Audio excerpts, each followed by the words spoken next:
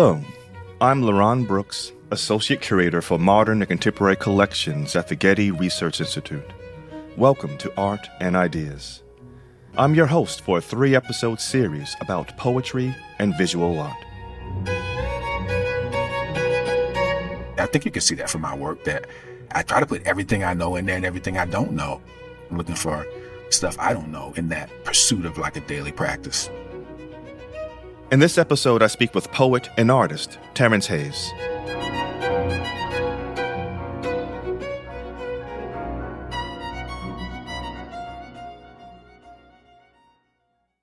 When Terrance Hayes was growing up, everyone thought he was going to be a painter. But after college, he turned to poetry. For Terrance, visual art and writing are closely linked. Both are a way of storytelling. He thinks deeply about creating art with staying power, art that makes people return to it again and again, and how to radically record one's own life. Terrance is a professor of creative writing at New York University and is a recipient of numerous awards and honors, including the MacArthur Fellowship, the Whiting Writers Award, and a Guggenheim Fellowship. In this episode, I speak with Terrance about the power of poetry, visual art, and teaching. Hey, Terrance, how's it going? Good. How you been? I'm great. You know, I was thinking about something that you said, and I'm going to start from this particular quote. Mm-hmm. You said the advantage of poetry is that you can come in and out of shadow, in and out of metaphor. What did you mean by that? Well, it'd be like the advantage of poetry versus other genres. You know, we can talk about the advantage of poetry versus visual art versus music. But it sounds like in that context, what I'm talking about is probably language. And so The advantage of poetry versus long prose, maybe even a newspaper, is that it is a kind of quick spell. Mm-hmm. You know, if you find the right poem, you can certainly get caught into a spell very quickly. I think that about like stopping by the woods on a snowy evening. Yeah. If you say that poem once or twice, you're in it. You know. The concision of poetry is not really concision because the words have a longer, you have to digest them. Every word is chosen, right? And the word next to a word could be a book in and of itself, just in terms of the suggestion. And so I guess even prose, they may be book long, right? Maybe hundreds of pages, but a poem, a haiku, can outstretch that in terms of meaning because concision isn't really concision.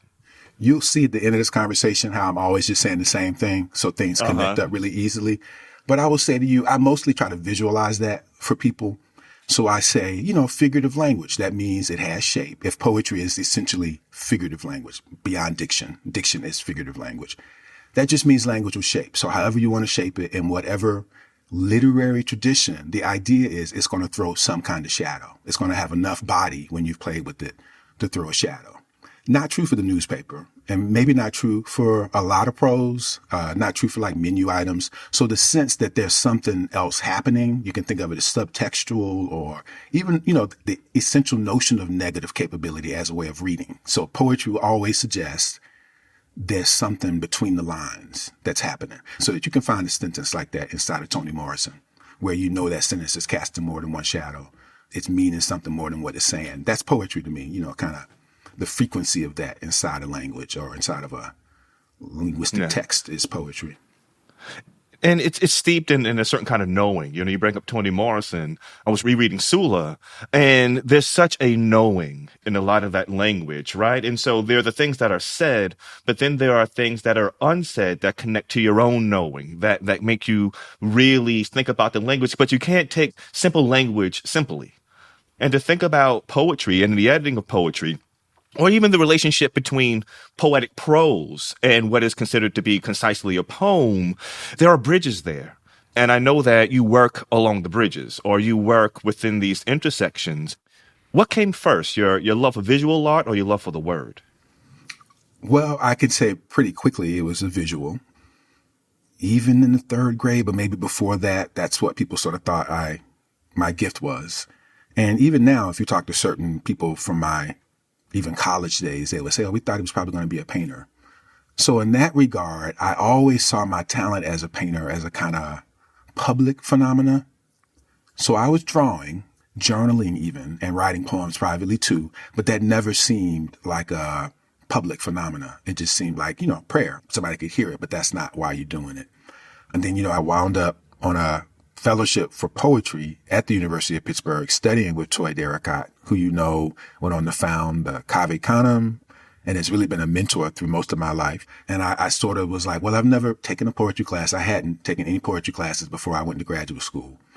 And so part of the shock in that space was how quickly people were writing, because I had worked on a paragraph, really, a prose poem, but it was really a paragraph for 4 years. And I thought that was fun to work on.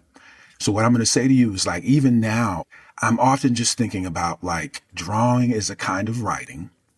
So when you say, like, which came first, I'm like, well, that's like for the caveman too. Drawing always comes first as the first writing. So if I was drawing in third grade, whatever I was drawing, I was writing. Likewise, I even think about that in terms of reading and saying, like, well, is all looking reading? Is all kinds of seeing a kind of reading? And I think probably so. And so a lot of my work, is around that kind of nexus of what it is to write and what it is to read. The teacher as a bridge between those two things. I think I know at this point that that's what I'm mostly interested in. Yeah, you bring up the example of the caveman and cave drawings. And, when I think about that, I think about people leaving a record of existence. As someone who deals with archives, I walk into these spaces and there are these boxes that are records of existence. So like in Cave Canem, I remember just the power of the eye, the personal, the witnessing. And so I'm thinking that the intersection between your life as a visual artist and your life as a poet, both speak to your desire to leave a record of the sort of multiplicity of your existence. It seems to be a lot to carry in terms of getting what you know into the hands of people to actually communicate that feeling. Yeah, I think that's probably true, and probably something I try not to think too much about. Any of the sort of outside questions or the impulses of it, if I am just trying to keep a record for the sake of record keeping. Again, the quickest way to talk about that would be how I would talk to it with my students. So to be teaching in Florida, and I think it was like West Palm Beach or something, and to have a class of like old white retired folks who could take that class at that time of year, and have a couple of scholarship students who are people of color, people of interest, and to have my white students say, we don't have anything to write about. And then I say to them what I would say to you about the record keeping is like, the record is the writing, man. Nobody asked you about subject. I'm saying if you live in a white house with white shoes and a white dog and a white sky and you're keeping a record, that's interesting. It's sort of, what do you notice in that particular existence that is of importance? Likewise in drawing, I say, to my kids and to my students, anytime I've had drawing classes, it's right because you made it. Like that line that you made is the correct line. And I try to have the poems imagine my way into those things that I believe, so that hopefully it's always a relationship between these sorts of philosophies. But yeah, I say too, I'm just keeping a record. I try not to decide if it's an art piece or a writing. I'm just always trying to keep track of this one life that we have. Every moment feels valuable. So again, even beyond genre, the notion that I'm trying to get something of what every day feels like is right. It's why I'm not like really great in food, because I sort of feel like as a culinary art, the work that goes into food, it goes away too quickly for me to find that that's worth investing. And food is fleeting. A lot of it is in the preparation. A lot of it is in the sort of the mixing of the flavors. But then on the back end, it's gone. That's right. How about this too? I think that there's something so specific to taste that it works out when I'm talking about how one makes poems. But how one reads poems is like how you eat. Like you just can't really control how a person thinks of something that's spicy or not. So that since I cannot determine the quality of your taste, it actually keeps me from being like hyper political or hyper oriented towards even a notion of like poem as a motion for change. Like I think it kind of can, but it has to be the people that have your taste. I don't think you can convince people of what their taste should be, what music they should like, what food they should like. You can make a thing for 5 years and then serve it to them and they'll be like, this tastes terrible. Work on a poem for 5 years. I'd be like, hey, I worked on it for 5 years. I don't care what you think, So there's something that lingers versus the 5-year meal that gets eaten and then discussed. So one of the things that I think about when it comes to your work is you experiment a lot with narrative structure. Sometimes what looks like the end is the beginning. There are moments in which you dig into specific narratives of family. You talk about the everyday. So when you mentioned the students in Florida, it sounded to me like they didn't consider that their lives, even the minutia of their lives, was important to the degree that it would actually be something that people could read about and learn about on the page. That's true, but they're responding in a environment that says Black Lives Matter. And so I know that's true. And you want them to know it's true, but also to be able to be expressive. So it's not like a random comment that they say to me, man, we just white people, what we gonna write about? You know, we ain't queer, we ain't foreign or whatever, we ain't dark. I mean, that's really what they were saying to me. Mm-hmm. And I said to them, it sort of doesn't matter. This is funny to think about this next to what you just said. I'm not so interested in like subject necessarily. I'm interested in like expressivity, and I'm certainly interested in stories, but what's the difference between having a story and having a subject? I sort of feel like that story can be so personal and so idiosyncratic and intimate, so that like one's notion of beginning and ending is still like in the context of someone else's idea of beginnings and endings. You follow what I'm saying to you? Mm-hmm. With myself and with others, I'm trying to get them to that something beyond like the right and wrong questions or the good and bad questions, to something like, you know, it's right because you said it. But just, you know, did you say what you mean? You know, that's what you're asking yourself all the time. But if you said what you mean, it's right because you said it. Mm-hmm. Terrance, you mind reading a poem? Sure. So, you know, what I do think about on that spectrum between like the poem as a phenomena and the poem as a mode of expression, the poem as an exercise versus the poem as a record even. I'm often playing with those two things because, yeah, I'm trying to write every day as an exercise. And then there are these moments where you are trying to make it more than like a ritual or more than a habit. And where those things overlap is where my poems show up. So in this one, I just had this thing in my head about adverbs. I must have carried this sentence around for half a year thinking about things got terribly ugly incredibly quickly. That was the line that was in my head. So I say to you, it was the exercise of like playing with adverbs, which I've been told not to, and then really feeling a certain way about, you know, Trump. I wrote it before COVID, but same, the feeling about COVID, and then reading the poem to you now and thinking like, do I still feel the same way, or do I feel like now we're turning a corner? So this poem is called American Sonnet for the New Year. Things got terribly ugly incredibly quickly. Things got ugly embarrassingly quickly, actually. Things got ugly unbelievably quickly, honestly. Things got ugly seemingly infrequently initially. Things got ugly ironically, usually awfully carefully. Things got ugly unsuccessfully, occasionally. Things got ugly mostly painstakingly, quietly, seemingly. Things got ugly beautifully, infrequently. Things got ugly sadly, especially frequently, unfortunately.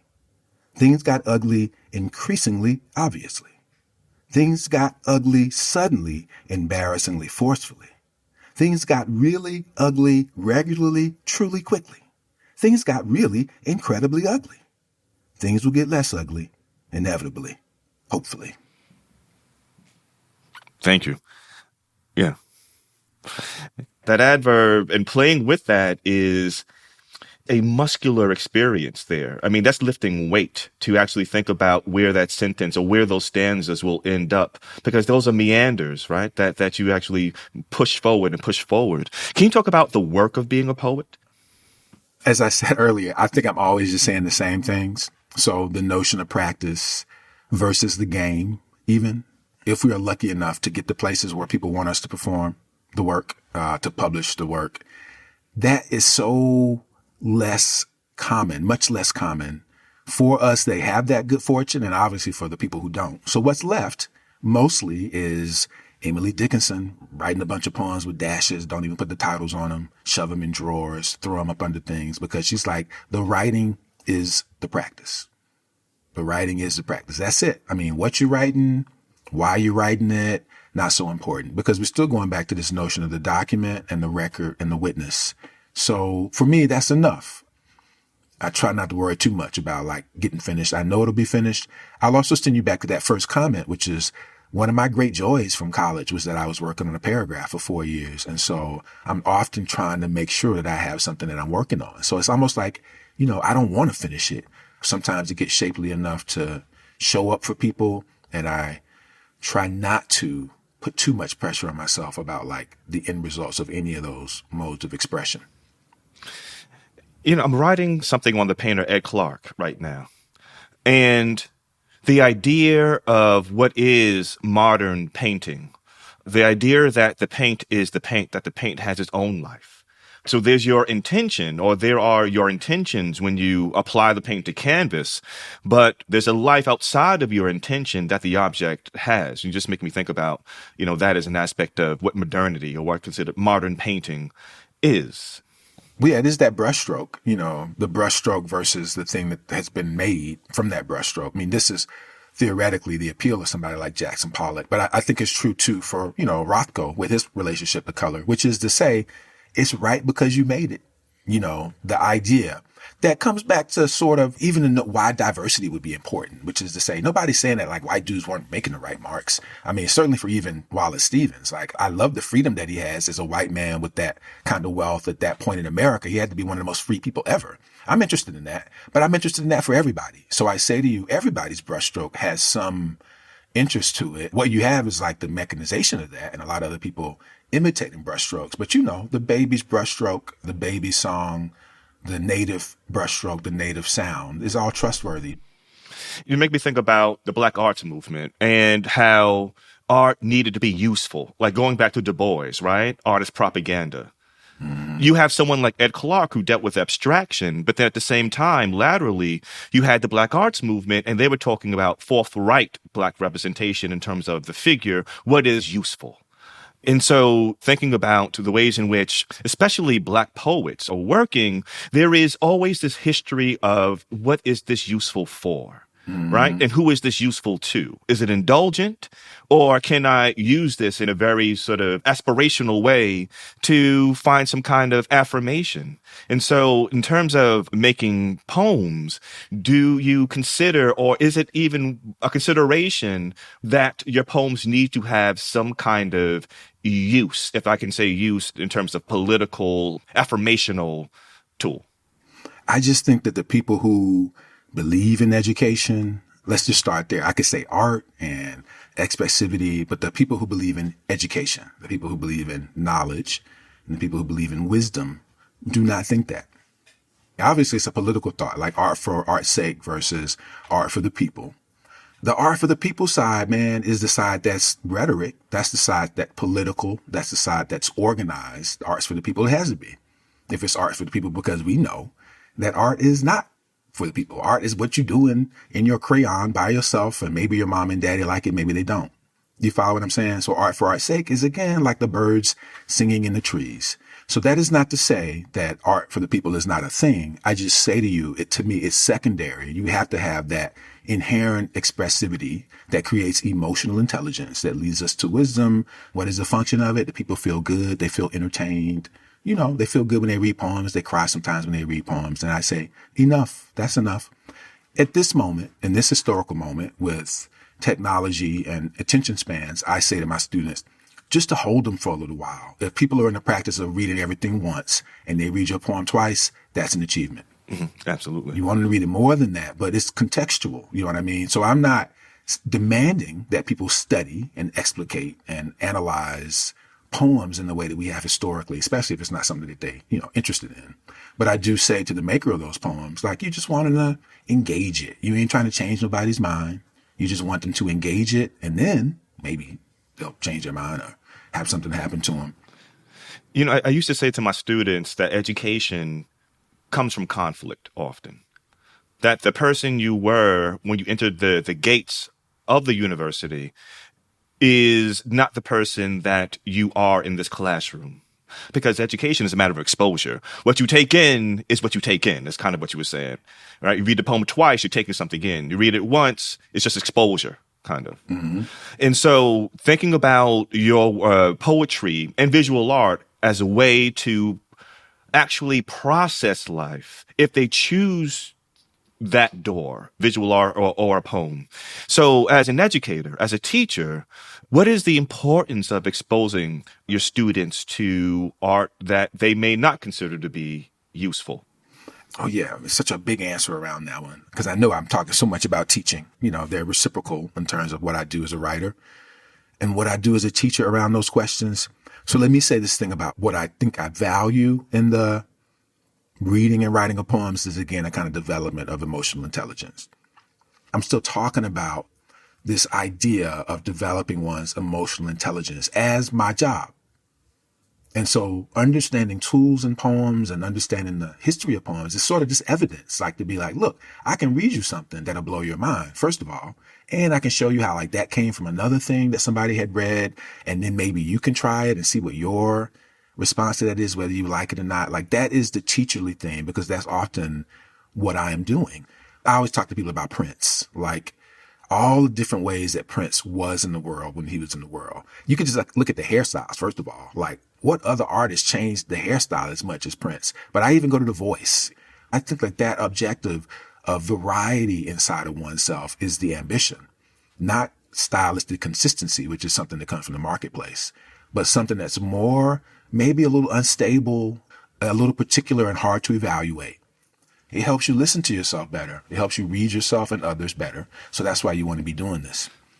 The saying art is an education in the emotions, right? And I really understand what you're saying is art allows access to emotions you didn't realize were valuable sometimes. Right. So a poem that actually values the complexity of the human experience and hones in on the value of a particular emotions versus feelings. Right. Right. Feeling versus thinking, even is the real thing. Feeling versus thinking. Yeah. Feelings ain't facts. Right. Right. But still, important, But still important. Exactly. Yeah. So you said, here's a quote right from you. You said, if you can get at the language correctly, you can say anything you want. What did you mean by that? But here's the thing. If you're going to line it up with the conversation, that is a question about like what your frequency is. If you can get it to be your language, whoever you are, random, Caucasian person with a lot of money living in Florida, like there are a lot of frequencies here and you can find it if you can, like, again, listen to yourself in a certain regard or value certain kinds of rhythms and images and perspectives in one's own language, having heard and received it. If you can kind of hear that thing, that's it. That is the work. That is what you're doing. I had a student today who's born in Shanghai. Maybe he's going to have to go back after graduation. And I just kept saying, but why are you writing only in English? It's great stuff, but I know you got more languages than that. Like I'm always like, all the tools you got on the battlefield, you got to use them. Just because I ain't got no knife to mean you don't have to have a knife. So that is to say, like bilingualism, multilingualism, regardless of what I know as one reader, you should always be using all your languages. They all bear on each other. So I'm not saying just bring a poem in and like Mandarin and expect all of us in the class to get it. But I am saying no evidence though in any of the things that would be a tool / weapon. Mm-hmm. I mean, I think you can see that from my work that I try to put everything I know in there and everything I don't know. I mean, I'm looking for stuff I don't know in that pursuit of like a daily practice. Sometimes everything that we are isn't always welcome in every space. And it sounds to me like you're making an invitation or you're sending an invitation to say, you're welcome here. Every part of you, the languages, every part of you is welcome on the page. That's right. In that space, that creative space, if that's the page. Yeah, that's right. And that's radical activity. The thing that complicates that, if we do like the political conversation, the problem with every conversation about art is that it's in a system of capitalism. So you're trying to always convert the value of art to something like the marketplace or some kind of other value that I just don't think it has. I don't think that it's inherently about that kind of value. So what I'm really trying to do with people in my work and in the conversations is like, but it ain't really about, can you get rich off of this shit? It ain't really about, will somebody buy it and make you me? I'm like, I make my living as a teacher, man. I would never want to make a living as a poet because my poems ain't about that kind of money. I would never want my poems to be converted. Even my paintings, how about this? I've been painting forever, but I give everything away. I think I got $50 one time for a painting. This is like a Terrance Hayes, folklore story, but it's true. In my senior year, I was cleaning out my art bin. So everybody knew I did murals on the school. I did t-shirts for people. I got arrested one time and I painted the judge. So when I say everybody thought I was going to be a painter, they really did.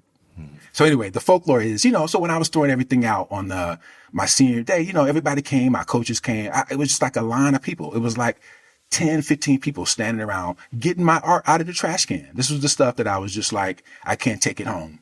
And so that moment always lives with me as like, what people's expectations were for me as a visual artist. But again, I just sort of felt like the money that went into being an artist and my understanding of what it took to be an artist, which was like I was going to have to be selling stuff instead of like giving it away or even letting people just take what they want for nothing. And for my whole life, I've had that relationship with art. I do it for gifts. I do it during the holidays. My cousin passed away. I did a painting of her, and that keeps me going. And it makes the art serve a function. Remember talking about this function thing? It does. I know it's gone somewhere, but I would never want money for it. And I feel the same way about my poems. I write poems for people's birthdays or whatever, send them to them. But I make my living as a teacher. What did they say in Dada? We're making things irrational to undercut reason. But even that's being sold. Right? But they were reacting to the First World War. They were reacting to a reason, quote unquote, reason-based political system that ended up with millions of people dead. They really had to consider how their participation in capitalism, to your point, led to this kind of destruction. But even that art will be sold eventually because it's creating historical meaning. And that's what sells, right? Having said that there's other value systems, even though we are often in the water of a certain kind of value system where people are asking us to, value our art, to decide who's a better poet, who gets what prize and who doesn't. That's the reality. So I'm saying to people after first saying, the people that win those prizes are not really playing that game. Again, it's game theory. I literally said that today too. Like this just comes from me being an athlete that I think about these things because the parallels are the same about competition. Competitiveness in the marketplace. Those principles are sports principles. Even though they're unrelated to art, I still know what they are, right? And so thinking about how you're strategizing around those kinds of moments is how I spend a lot of my time as a person who's sort of not inherently of this place, And I don't even really go into that too much. Right. I said to Claudia Rankin, who is also on this podcast, that my parents are segregated baby boomers. And what does that mean? That means you need to get up and be useful. There's no sleeping late. There's nothing, right? Because they're dealing with histories of trauma, but they're not telling me what the trauma is, but they're definitely living out life in ways that it's coming from a place. Oh, yeah. Right? And so I'm thinking about being raised by them and having a certain kind of ethic, work ethic, and what have you, and also political ethic. But that making does not necessarily mean that I will live that way my whole life. So what does it mean to sort of bloom into who you are, right? Because I'm also a kid raised in New York. They're from Alabama, I'm from New York. So they passed me something. And it's like language. You pass me something, but it'll live similarly and differently through me. And so I don't listen to rappers under 20 because how someone heard the Sugar Hill Gang, and then how someone heard Rakim, and then how, Nas heard Rakim, how I heard Nas, but then how the next generation will live out that continuum is something that's really interesting. And so when you're telling your student, live with all of your tools out there, I don't even understand half of your tools, but they're yours. Let me do that around trauma, to go back to these things you said about segregated baby boomers. Like the phenomena of the black baby boomer has a key element in it of trauma that I learned this through Yusuf, the Pulitzer Prize winning poet, Yusuf Komenyaka. I thought about this in my thinking about Yusuf. And again, talking about the art, opening worlds up, I now think it about my parents and Patricia and everybody else, which is the Emmett Till thing. Mm-hmm. So there is a kind of black existence that we maybe no longer have access to. Like maybe my grandmama, who's 85, can remember what that world was like before Emmett Till was killed or before she encountered the notion that like a black child could be killed. So we knew it was happening, but I'm talking about the scale and visibility of the Till moment, right? So we know it's happening as a kind of folklore and as a kind of like reality, but still is a very specific reality. It's sort of like how often black men get stopped by cops. So not everybody gets stopped. It's enough for you to know it's happening. You see the parallel I'm making here about the phenomena of lynching. Certainly if you're up north, this is still the Emmett Till thing too. It still is folklore. We know it's happening. But I'm marking a reality that one lives before it's public at official, right? So there's my grandmother's generation. But what I thought about around that was like, Yusuf is the same age as the boy that James Baldwin is writing, born in 47, in the, letters to, it's the thing that Ta-Nehisi is basing his piece on, letters to his nephew. I can't remember what that piece is called. But the boy who's 15 is born in the same year as Yusuf. So now we're talking about the black baby boomer, to remember, to say that like there's a generation of black people who grew up always with the most public thing they first remember at 10, at 5. So you see the connections I'm making. And I think about that in terms of everything. I would say for my son, I think about like having been born in the wake of September 11th and now a generation with the pandemic. That's 20 years. So I don't know what that name is going to be, but it's going to be a name and it's going to be in the work of everything that everybody does. What's in our work? I don't know. We got around a war. I'm thinking about the Generation Xers. We do have September 11th, but I'm still thinking about like the foundational things. It's like the Space Shuttle Challenger. We could talk about it, but I'm saying everybody in their generation, remember what I said, we could think about it as trauma, but it ain't only that. The zeitgeist is shaped by kind of collective experiences, and I'm interested in how that gets into the work or doesn't get into the work. I think Yusuf's work is totally traumatized all the time by Emmett Till in a different way than, say, like Reginald Shepard or people younger or Tim Siebel's, a different kind of relationship to race.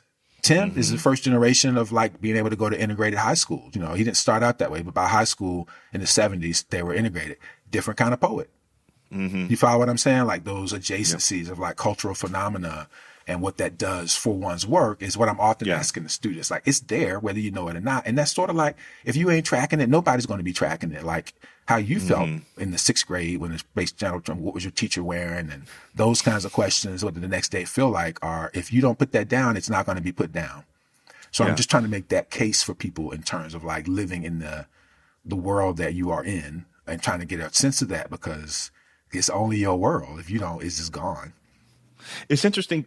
That essay by James Baldwin, second person, right? Ta-Nehisi Coates, second person. Right. And thinking about the use of second person as a way to be in it and not in it, but also a witness as narrator. You're in it, but you're also a wisdom giver of experience. Right. The way that you can sort of sit in language that is not totally the I, just the I-ness. And I'm thinking about someone like Kerry James Marshall. And the ways in which his work translates this idea of blackness that is like ivory black. You have Mars black, and sometimes it takes all the colors to make that black. But also there is this sort of deepness to it that does invoke the trauma of blackness because it's so deeply black. And the metaphor for what it means to have a sort of irrational black skin, if that makes any sense. But at the same time, it's built up of everything in and of itself.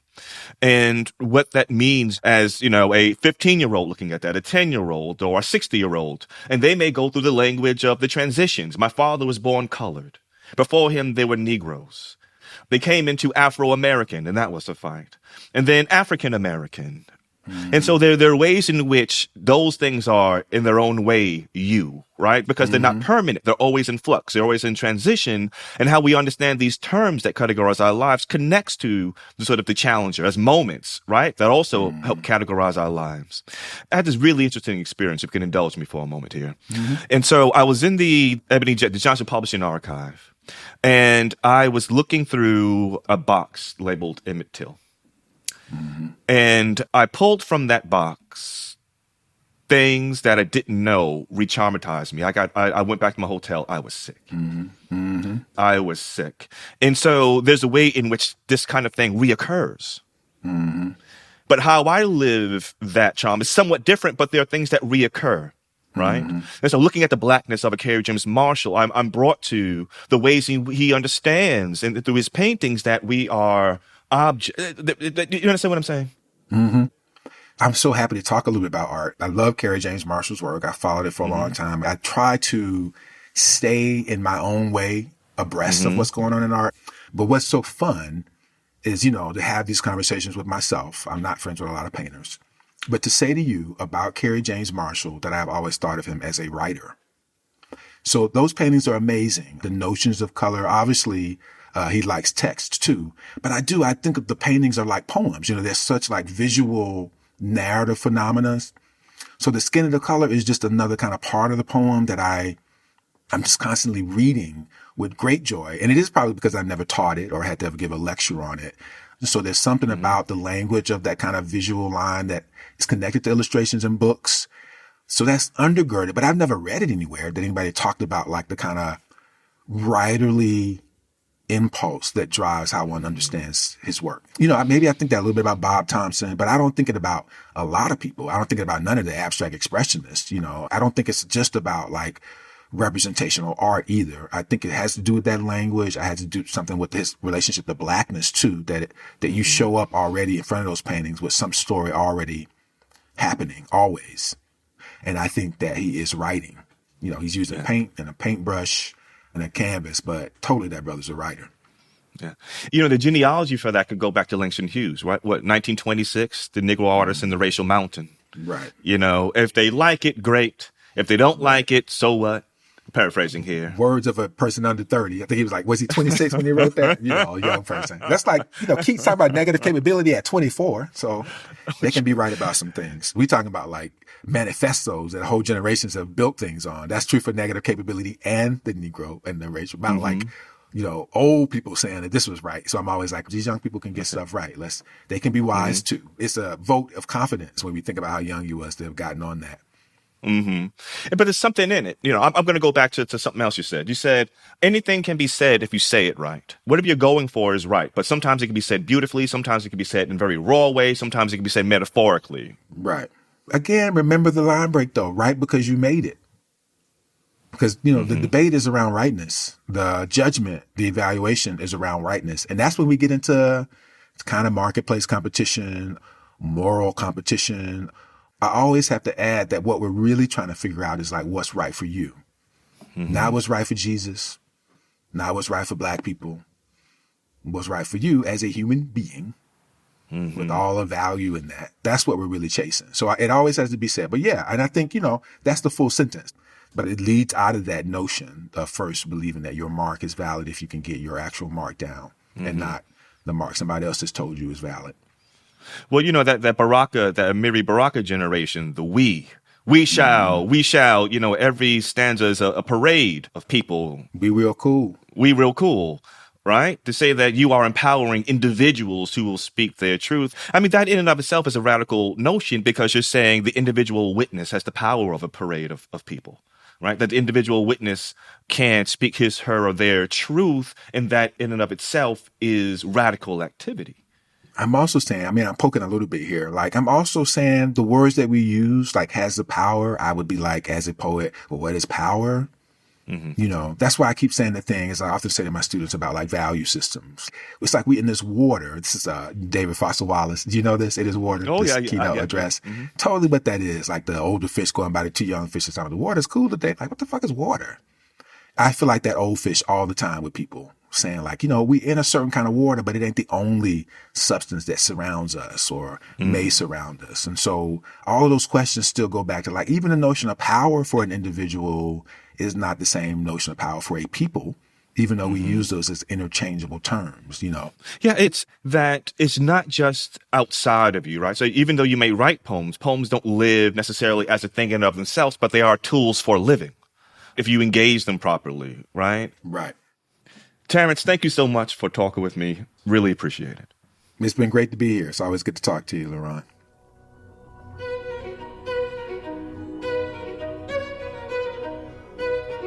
This episode was produced by Zoe Goldman, with audio production by Gideon Brower and mixing by Mike Dodge Weiskopf. Our theme music comes from The Dharma at Big Sur, composed by John Adams for the opening of the Walt Disney Concert Hall in Los Angeles in 2003, and is licensed with permission from Hendon Music. For photos, transcripts, and other resources, visit getty.edu/podcasts. And if you have a question, write to us at podcasts@getty.edu. Thanks for listening.